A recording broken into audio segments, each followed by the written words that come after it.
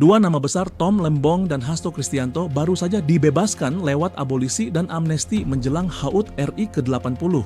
Apakah ini bukti hukum kita merdeka atau malah dijadikan sandera politik? Ayo kita bongkar misterinya.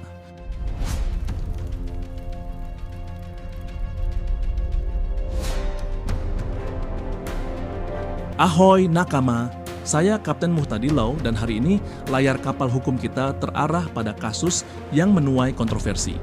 Abolisi untuk Tom Lembong dan amnesti untuk Hasto. Kita akan bedah apa alasannya secara resmi, apakah sah secara hukum, dan yang paling penting salahkah mereka atau tidak. Mari kita mulai pelayarannya. Pertama-tama, mari kita lihat peta perjalanan kasus ini. Tom Lembong divonis 4,5 tahun atas kasus impor gula, tapi proses hukum dihentikan lewat abolisi.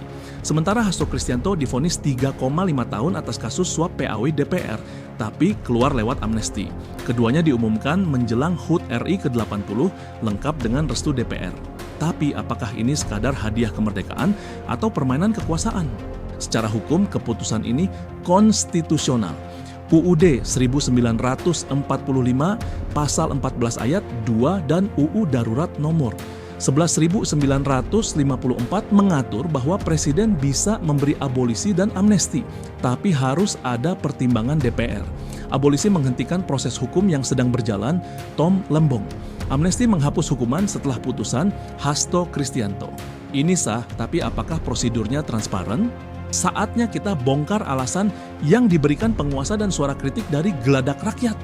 Alasan resmi pemerintah, membangun persatuan nasional menjelang HUT RI ke-80 demi kepentingan bangsa yang disampaikan langsung pemerintah, serta pertimbangan kontribusi dan prestasi masing-masing tokoh.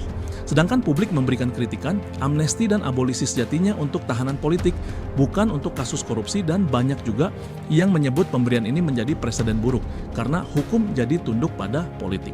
Sekarang kita pasang teropong bajak laut. Mari kita lihat siapa yang benar bersalah di balik layar.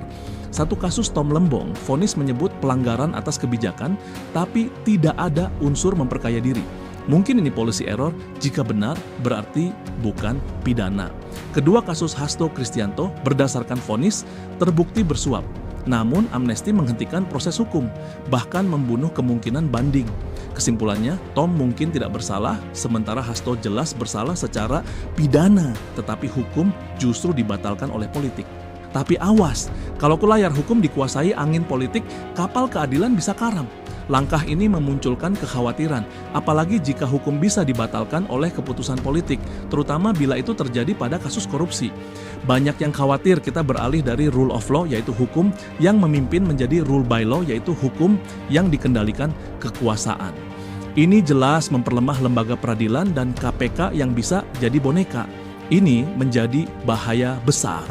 Lalu apa yang bisa kita lakukan agar kapal hukum tetap tegak? Agar hukum kembali kuat dan terpercaya? Solusi singkatnya, 1. Pemerintah dan DPR wajib membuka alasan transparan pemberian amnesti atau abolisi. 2. Mungkin perlu aturan khusus, tidak berlaku untuk kasus korupsi politik. 3. Perkuat independensi lembaga peradilan dan KPK agar hukum tidak bisa dimatikan politik. Nah, setelah pelayaran panjang, saatnya kita kembali ke pelabuhan. Nakama hukum, perkara ini memberi pelajaran keras. Tom mungkin tak bersalah secara pidana, tetapi Hasto secara hukum bersalah, tapi politik menyelamatkannya. Hukum bukan alat politik, hukum harus jadi jangkar keadilan. Kalau kalian setuju, hukum harus bebas dari politik, like, subscribe, dan share video ini ke kru hukum lainnya. Dan jangan lupa tulis komentarmu. Setujukah hukum independen atau reputasi hukum sudah hilang? Kapten pamit undur diri, sampai bertemu di pelayaran hukum berikutnya.